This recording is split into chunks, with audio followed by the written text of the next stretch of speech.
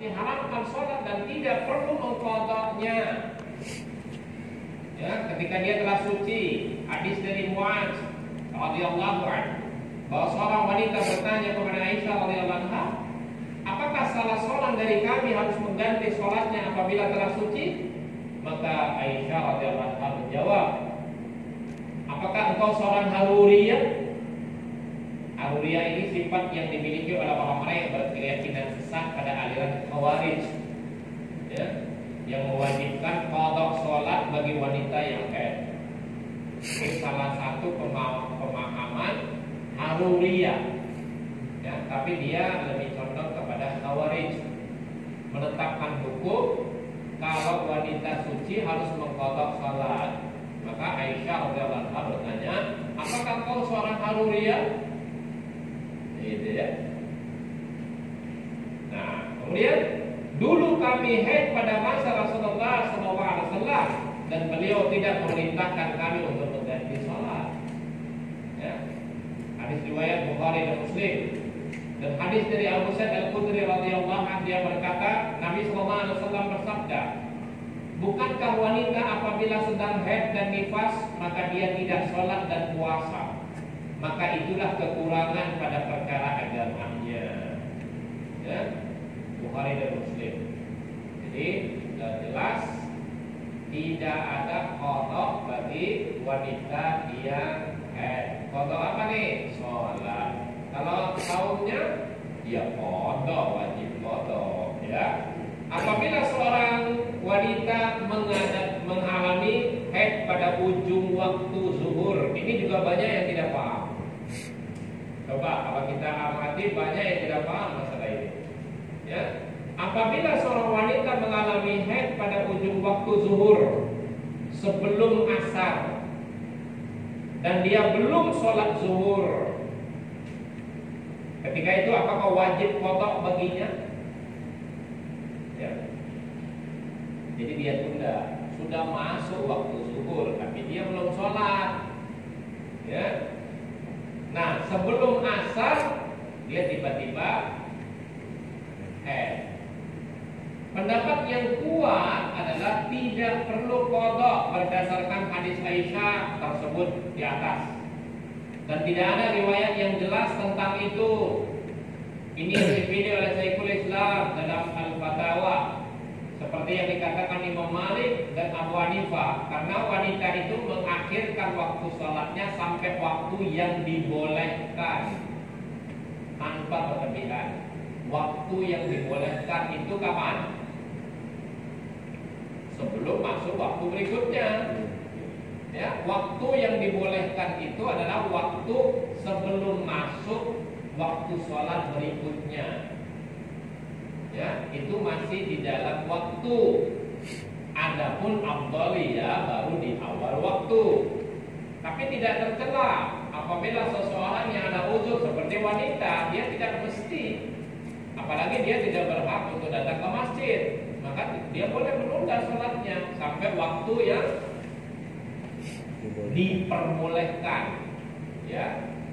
Nah, oleh karena itu apabila seorang wanita suci dari haid, nifas sebelum tenggelamnya matahari, maka dia wajib melaksanakan sholat zuhur dan asar.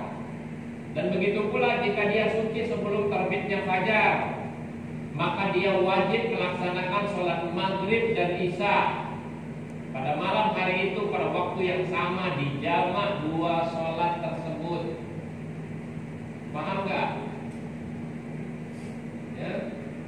Jadi apabila seorang wanita suci, ya, sucinya itu adalah di waktu asar, berarti dia mesti qada zuhurnya dan asarnya.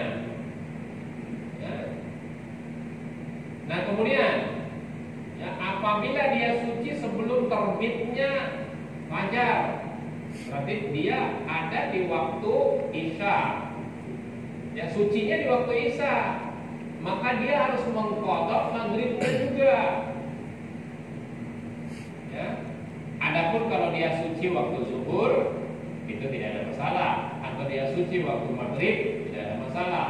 Kembali kepada hukum asal. Tapi Tapi kalau dia suci waktu asar, dia mesti mengqadha berikut zuhurnya.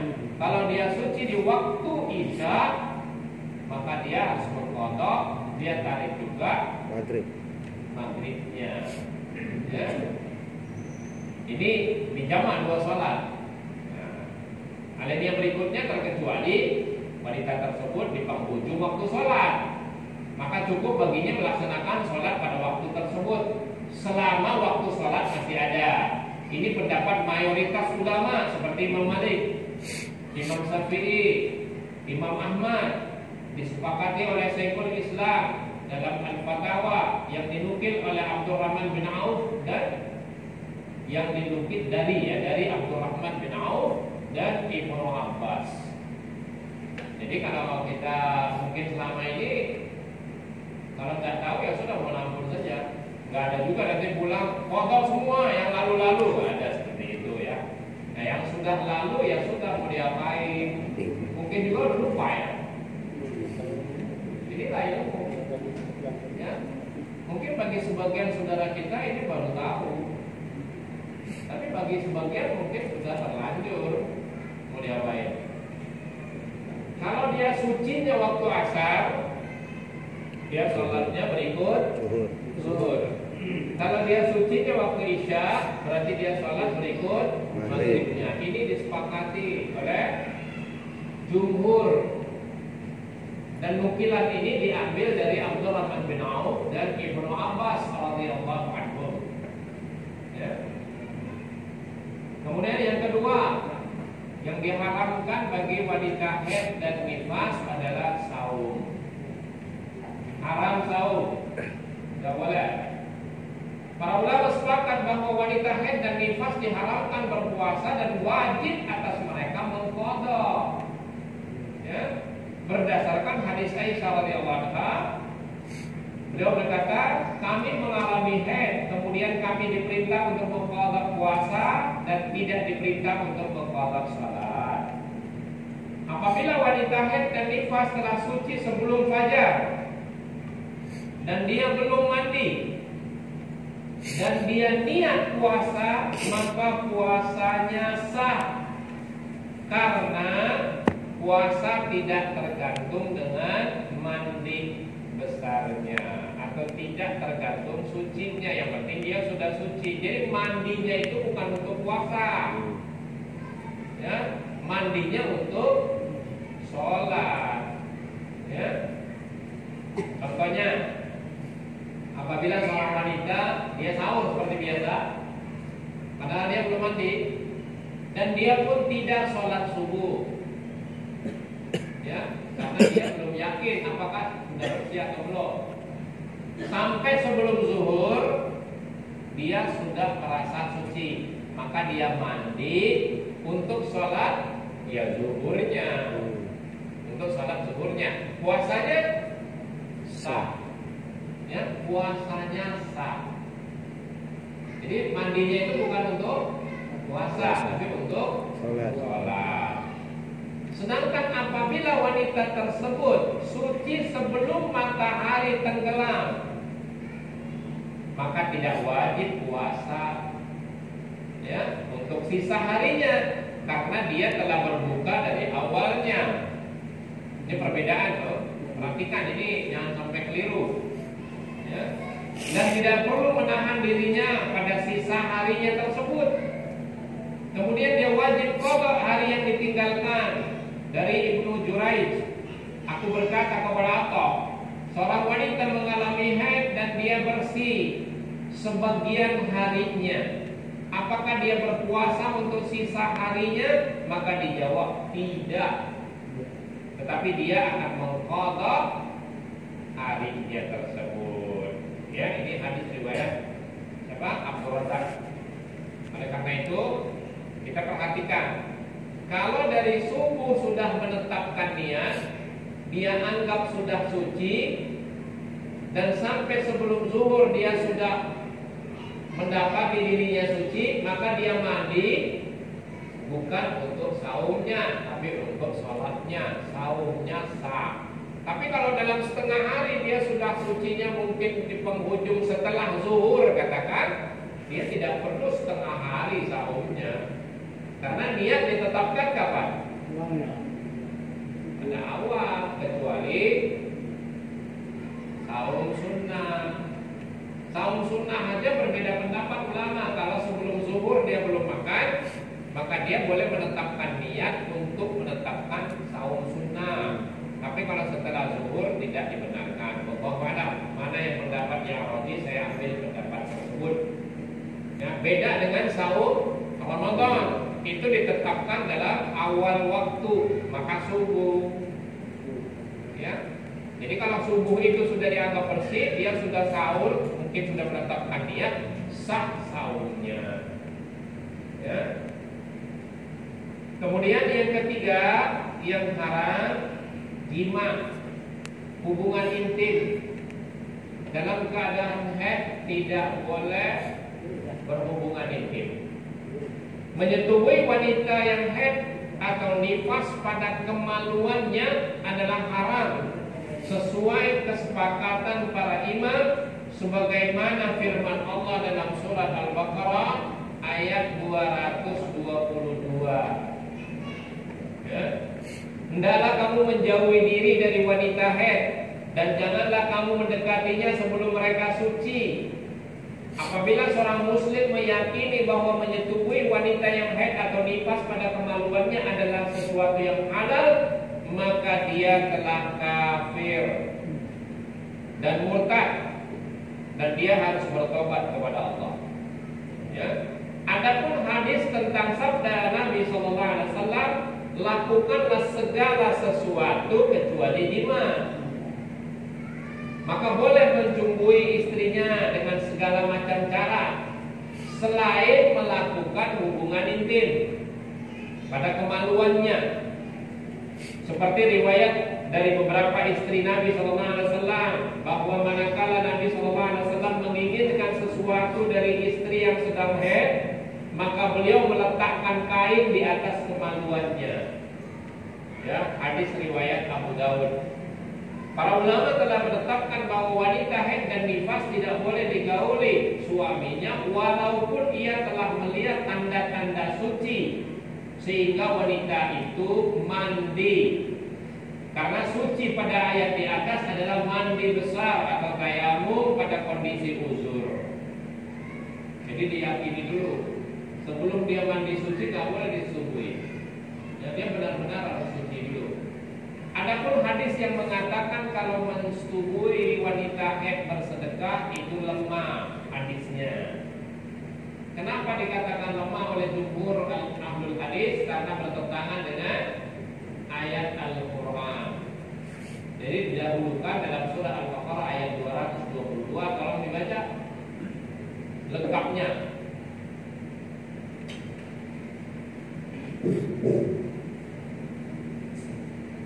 Surat Al-Baqarah ayat 222. Mereka bertanya kepadamu tentang haid. Katakanlah, haid itu adalah kotoran. Oleh sebab itu hendaklah kamu menjauhkan diri dari wanita itu di waktu haid, dan janganlah kamu mendekati mereka sebelum mereka suci. Apabila mereka telah suci, maka campurilah mereka itu dengan tempat yang dimintakan Allah kepadamu. Sesungguhnya Allah menyukai orang-orang yang taubat dan menyukai orang-orang yang mensucikan diri. Jadi suci di situ jumhur telah sepakat mandi besar, maka dia dikatakan suci. Ya. Adapun hadis yang menyatakan tadi buka Bulughul Maram, hadis 157. Hadisnya tidak sah.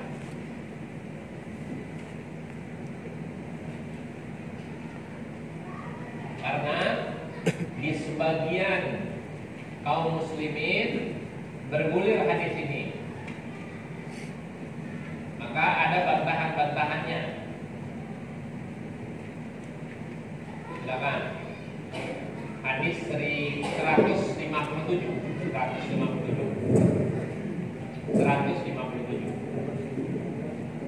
Yang keras dari Ibnu Abbas dari Rasulullah SAW tentang orang yang menyetujui istrinya padahal dia dalam haid. Sabdanya, ia mesti bersedekah 1 dinar atau setengah dinar. Diriwayatkan dia oleh 5 dan disahkan oleh Hakim dan Ibnu Qatadah, tetapi yang lain dari mereka berdua mentarjihkan kemampuannya.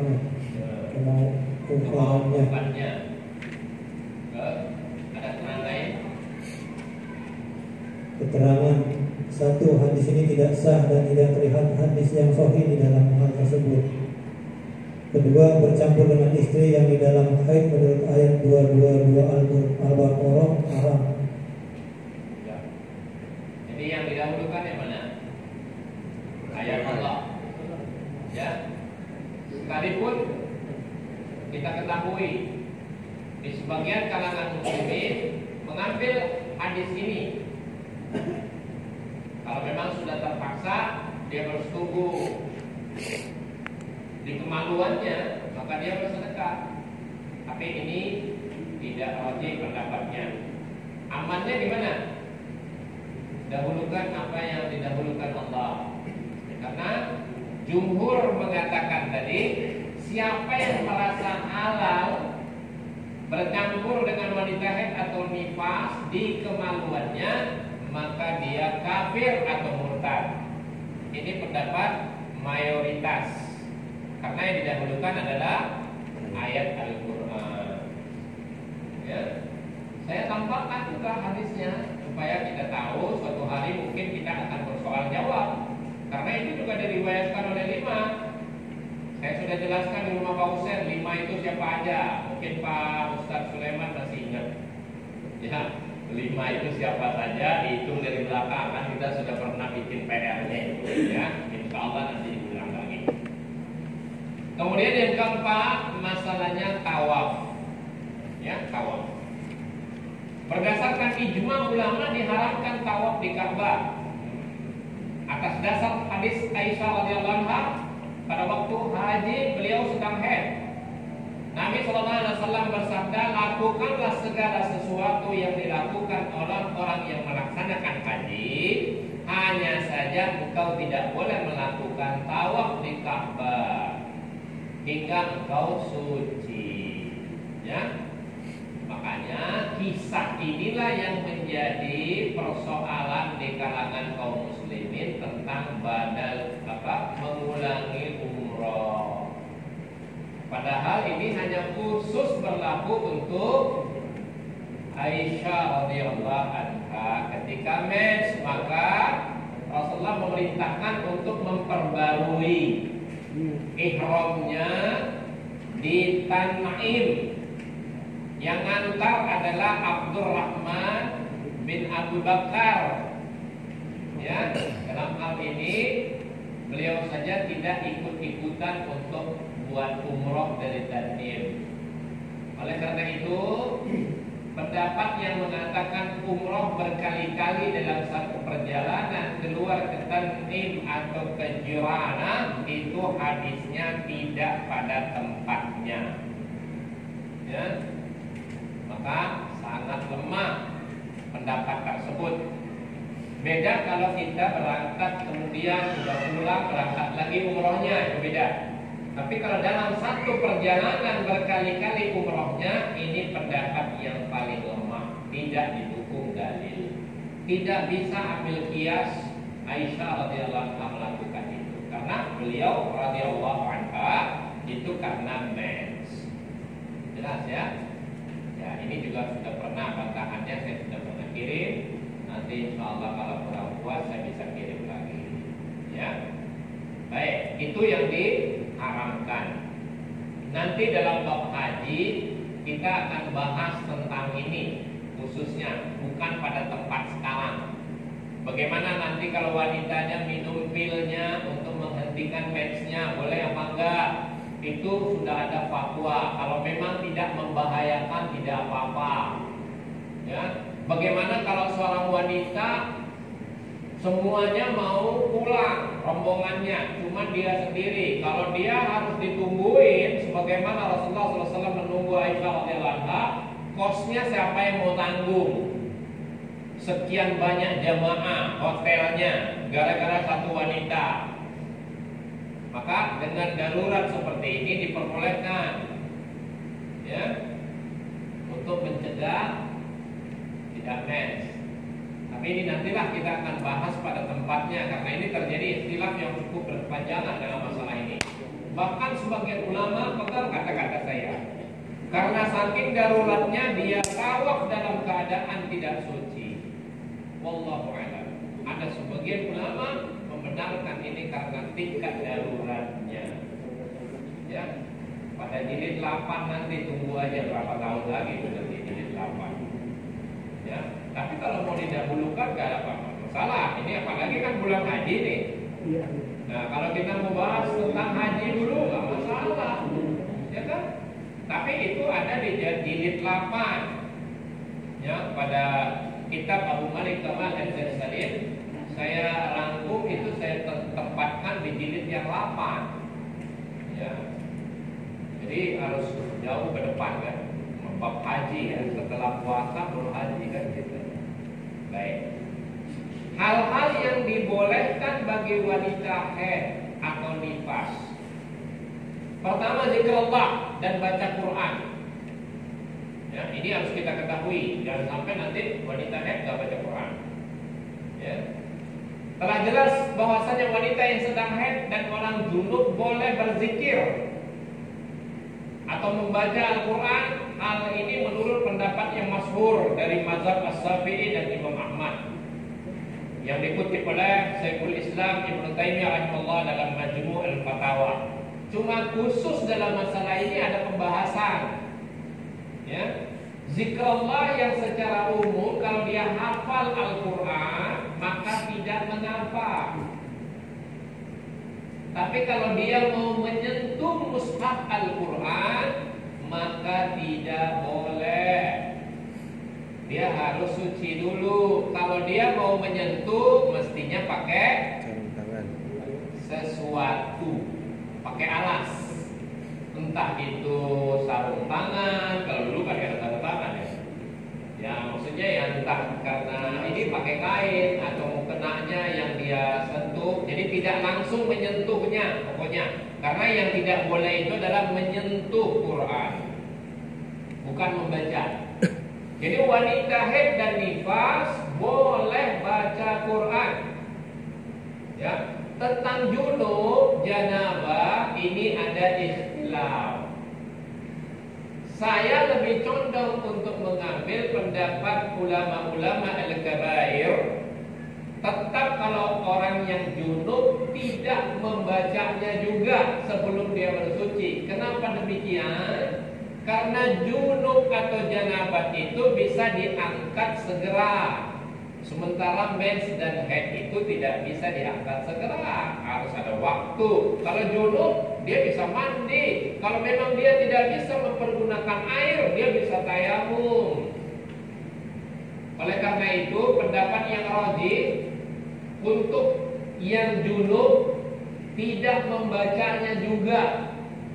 Adapun pendapat ijtihad Hasan ini dikritisi oleh banyak ulama-ulama Ahlus Sunnah. Ya, karena ini Hasan memilih satu dalil Rasulullah SAW menyebut nama Allah dalam segala keadaan. Maka dipegang oleh Hasan untuk mensarah sebuah hadis yang ada di dalam Bulughul Maram. Hadisnya kita bisa buka sekarang. Ya, silakan lihat tentang hadis 84. Kalau 83-nya baca sekalian. Tentang menyentuh. Jadi kita sepakati dulu ya. Orang yang haid atau nifas boleh baca Quran, jumhur sepakat. Tapi tidak boleh menyentuhnya. Adapun yang junub tidak menyentuh dan tidak membacanya sampai dia bersuci, karena lebih mudah untuk mengangkat janabatnya dengan mandi segera atau tayamum. silakan baca hadis 83 dan 84. Dari Abdullah bin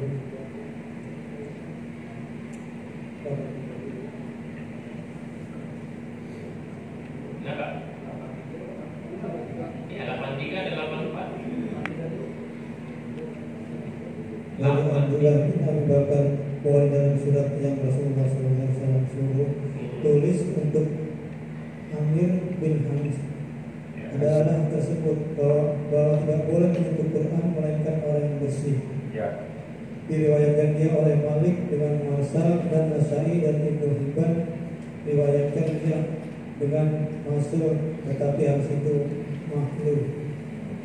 Keterangan di zaman Nabi SAW.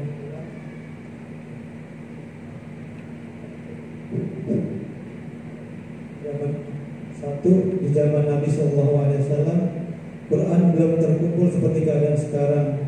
Jadi tiap-tiap lembar yang ada tertulis ayat Al-Quran di atasnya dinamakan Quran. Kedua, hadis ke-83 ini tidak sah. Selain dari itu, Rasulullah SAW ada berkirim surat kepada beberapa raja-raja dan ketua-ketua kafir dengan menggunakan padanya ayat atau ayat Al-Quran dan surat-surat di bawah orang yang tak bisa jadi sepanjang jalan di dalam keadaan berwudu.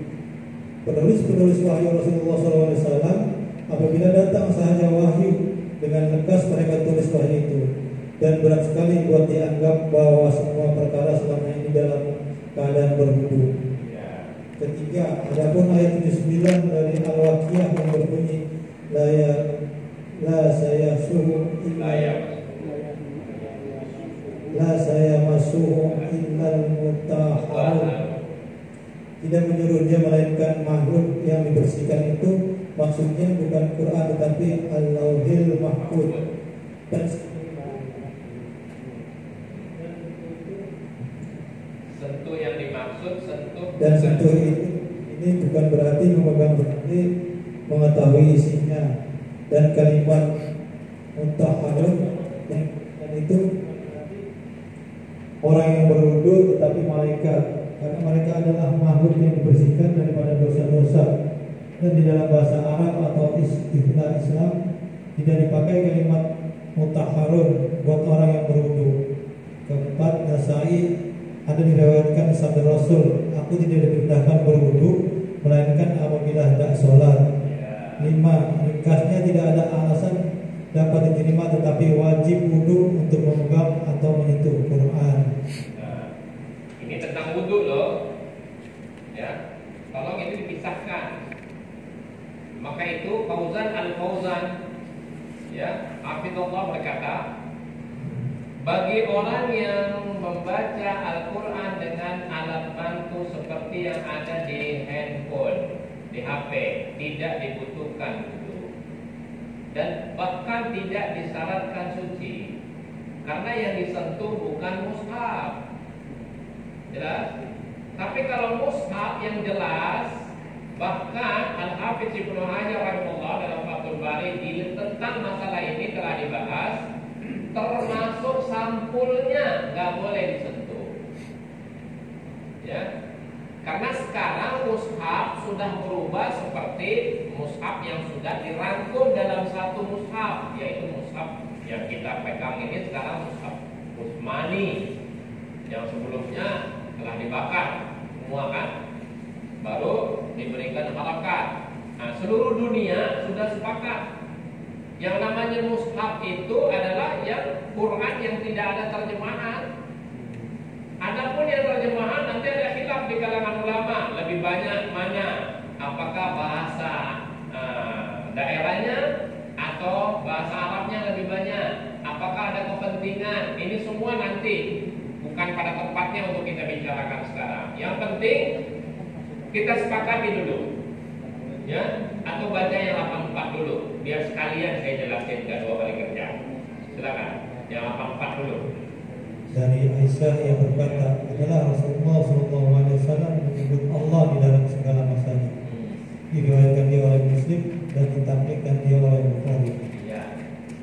Keterangan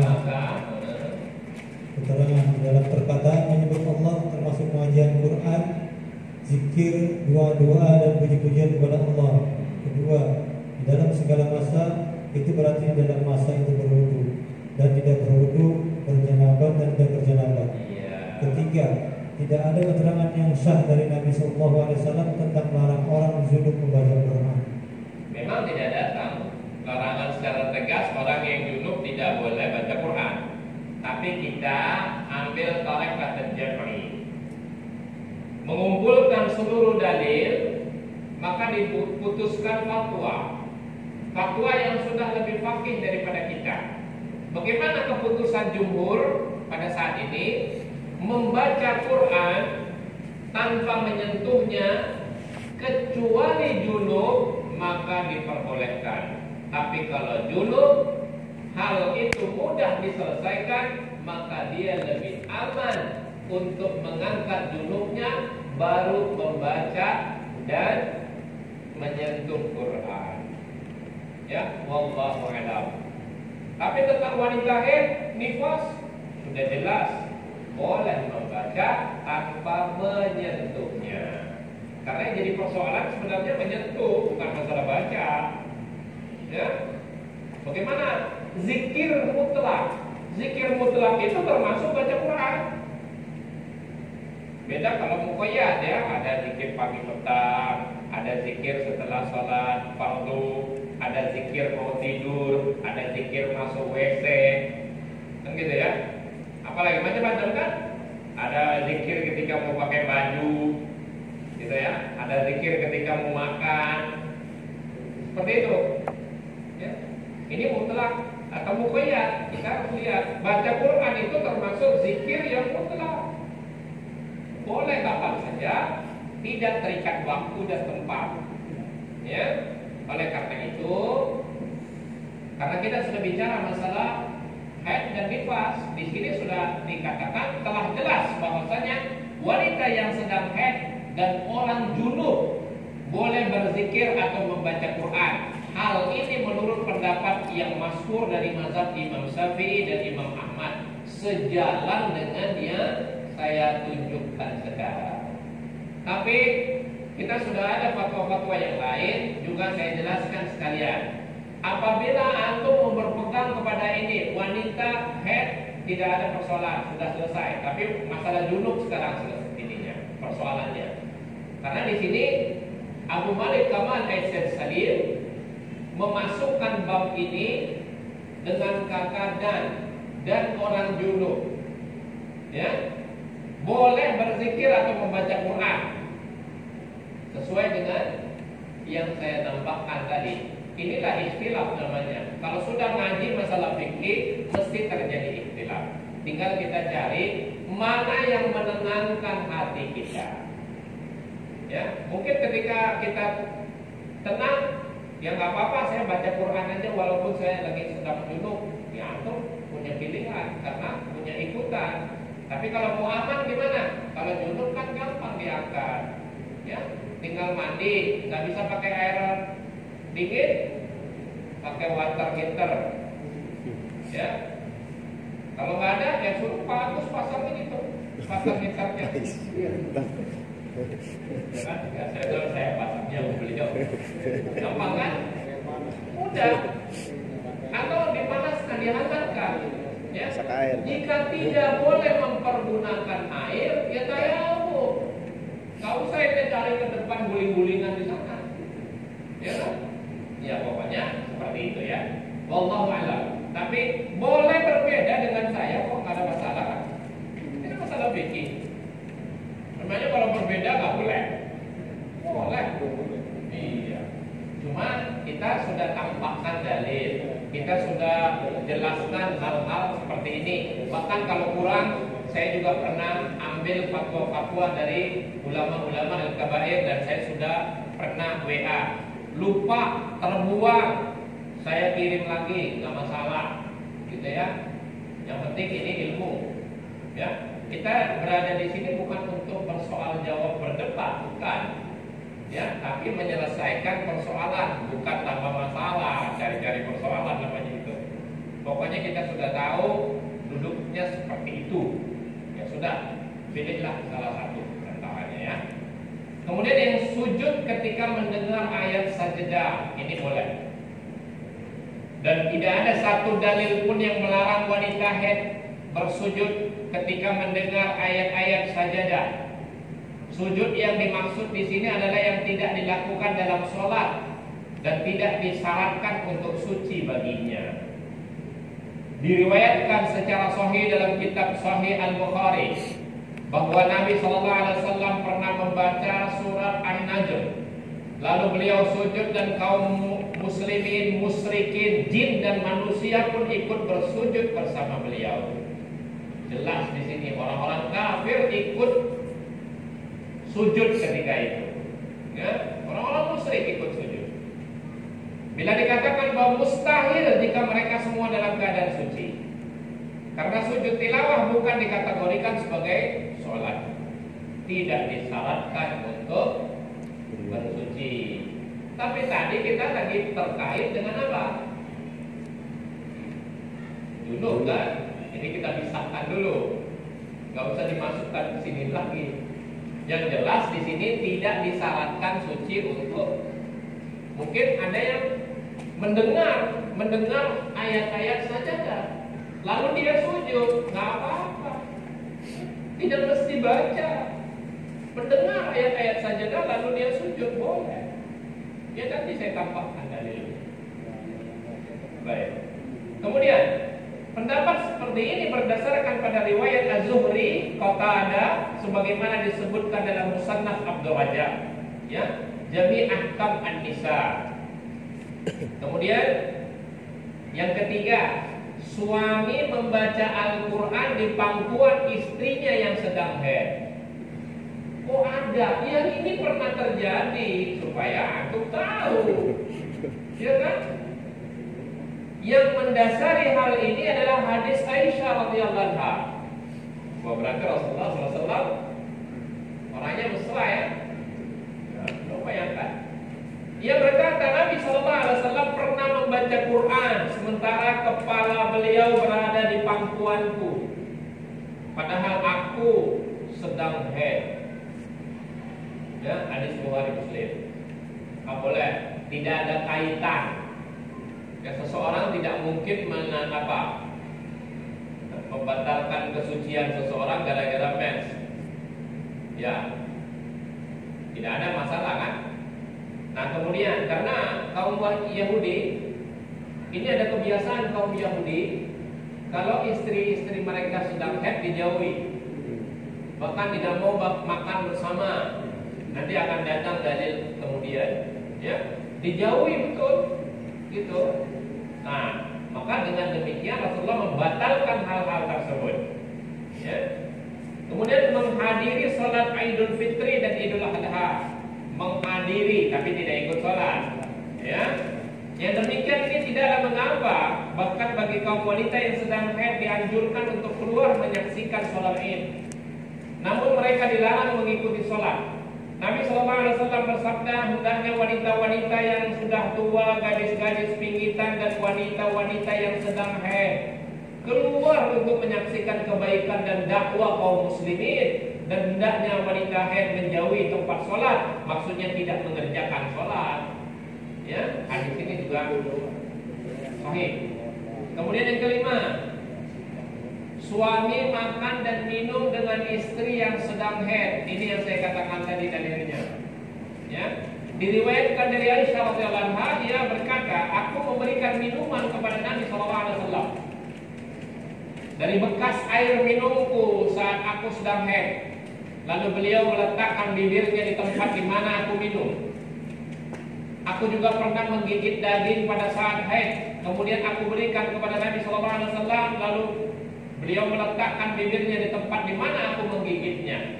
Artinya tidak menjadi najis, tidak dijauhi. Ya. Kemudian wanita haid berkhidmat kepada suaminya, seperti mencuci kepala, menyisir rambutnya dan merapikan. Diriwayatkan dari Aisyah radhiyallahu anha, ia berkata, aku pernah menyisir rambut Rasulullah SAW saat aku sedang haid. Tadi kita sudah baca hadisnya. Semua boleh kecuali apa? bersetubuh pada kemaluannya. Cuma itu yang dilarang. Artinya ya di tempat lain boleh, ya. Artinya ya mungkin Anda sudah paham ya. Mungkin di antara kedua pahatnya dan lain sebagainya. Penting yang tidak boleh itu di kemaluannya. Kalau di duburnya itu haram, ya itu malah jelas ayatnya ya. Tidak boleh tuh, di duburnya tidak boleh.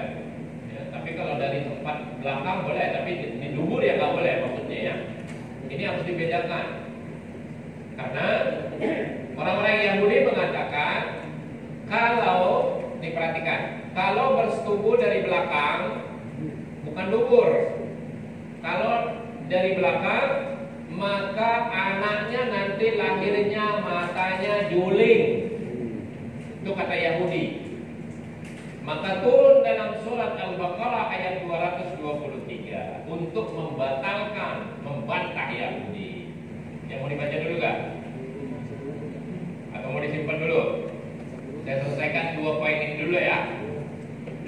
Yang terakhir dulu, wanita haid tidur bersama suaminya dalam satu selimut.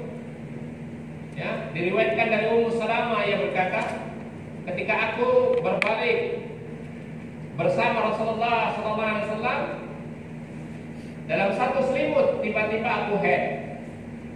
Lalu aku keluar. Rasulullah SAW lalu bersabda, apakah kau haid?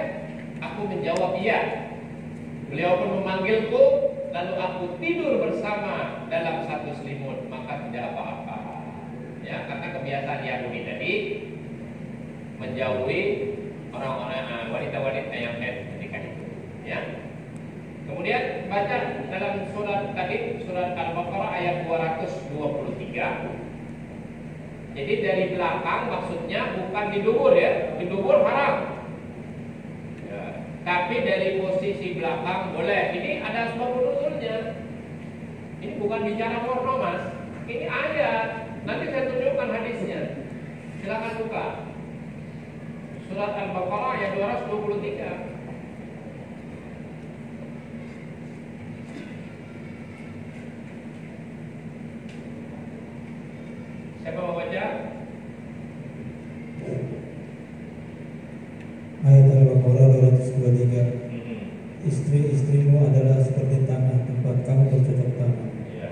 Maka datangilah tanah tempat bercocok tanammu, itu bagaimana saja kamu kehendaki. Ya. Dan kerjakanlah amal yang baik untuk dirimu, dan bertakwalah kepada Allah, dan ketahuilah bahwa kamu kelak akan menemuinya, dan berilah kabar gembira pada orang-orang yang beriman. Ya. Artinya bebas, mana yang menyenangkan dari segala posisi boleh. Ya, kita buka hadisnya 1048. Ayat ini berkenaan dengan hal itu.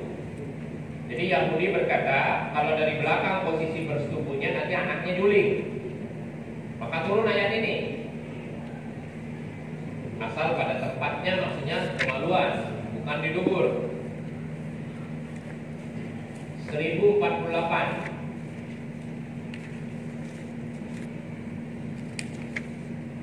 Dari Jabir bin Abdullah, ia berkata, adalah orang-orang Yahudi beranggapan bahwa apabila seseorang jima istrinya tetapi dari jalan belakang, maka anaknya akan juling. Lalu turun ayat yang artinya, istri-istri kamu ladang bagi kamu. Oleh itu, datangilah ladang kamu dari mana saja kamu kehendaki. Betapa ma'alih, tetapi dapat itu bagi muslim. Iya, jelas ya. Jadi posisi bersetubuh dari manapun boleh, asal pada tempatnya ya, bukan di dubur, itu haram ya. Ya. Mau kita lanjut apa tanya jawab? Gimana tuan rumah? Pak Ustaz? Pak Ustaz Edo gimana? Tanya jawab apa terus? Ya. Baik, yang akan datang tentang darah isti'adah. Darah yang terus-menerus keluar, ini penyakit. Ya, nanti ada bab-bab yang saya bicarakan tadi, insya Allah kita ketahui bersama.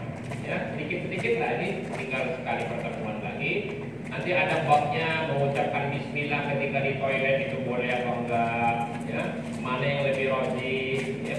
Jadi semua kan mesti kita bahas, ya. Hukum mandi Jumat itu itu wajib atau sunnah, tayamum seperti apa, gitu ya. Baru nanti masuk masalah bab sholat. Silakan yang mau bertanya.